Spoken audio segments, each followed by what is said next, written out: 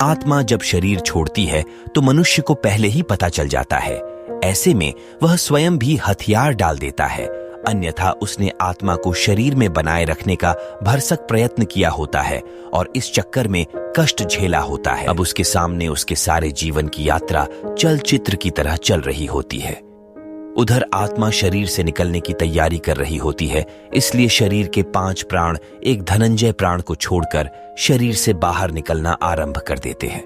यह प्राण आत्मा से पहले बाहर निकलकर आत्मा के लिए सूक्ष्म शरीर का निर्माण करते हैं, जो कि शरीर छोड़ने के बाद आत्मा का वाहन होता है।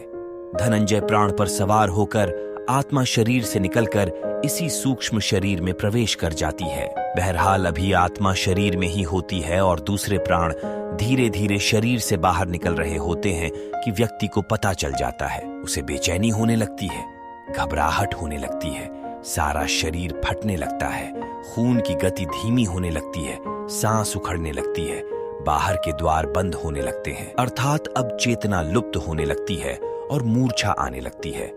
चेतन ही आत्मा के होने का संकेत है और जब आत्मा ही शरीर छोड़ने को तैयार है तो चेतना को तो जाना ही है और वह मूर्छित होने लगता है।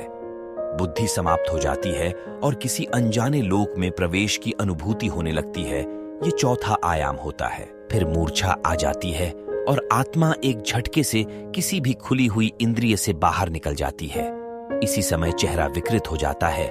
यही आत्मा के शरीर छोड़ देने का मुख्य चिन्ह होता है। शरीर छोड़ने से पहले केवल कुछ पलों के लिए आत्मा अपनी शक्ति से शरीर को 100% सजीव करती है ताकि उसके निकलने का मार्ग अवरुद्ध न रहे, और फिर उसी समय आत्मा निकल जाती है और शरीर खाली मकान की तरह निर्जीव रह जाता है। इससे पहले घर के आसपास कुत्ते बिल्ली के रोने की आवाज आती है।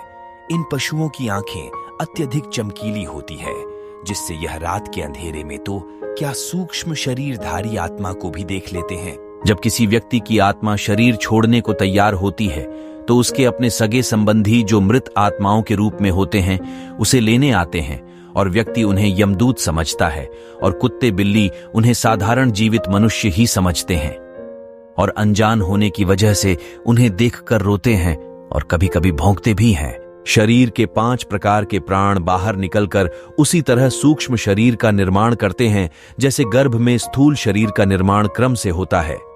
सूक्ष्म शरीर का निर्माण होते ही आत्मा अपने मूल वाहक धनंजय प्राण के द्वारा बड़े वेग से निकलकर सूक्ष्म शरीर में प्रवेश कर जाती है।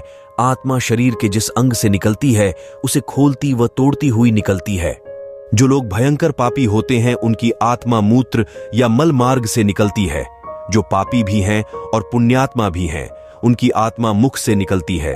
जो पापी कम और पुण्यात्मा अधिक हैं उनकी आत्मा नेत्रों से निकलती है, और जो पूर्ण धर्मनिष्ठ हैं, पुण्यात्मा और योगी पुरुष हैं, उनकी आत्मा ब्रह्मरंध्र से निकलती है। अब तक शरीर से बाहर सूक्ष्म शरीर का निर्माण हुआ रहता है, लेकिन यह सभी का नहीं हुआ रहता।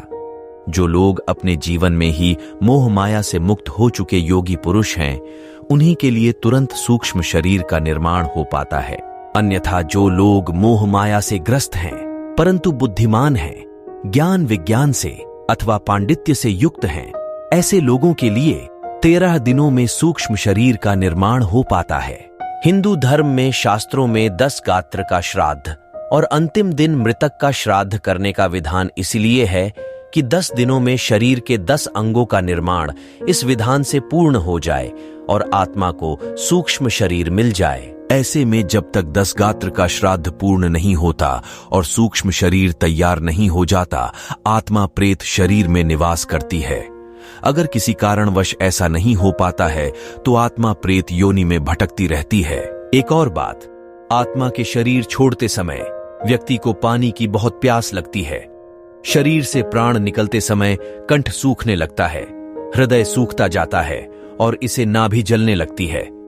लेकिन कंठ अवरुद्ध होने से पानी पिया नहीं जाता और ऐसी स्थिति में आत्मा शरीर छोड़ देती है।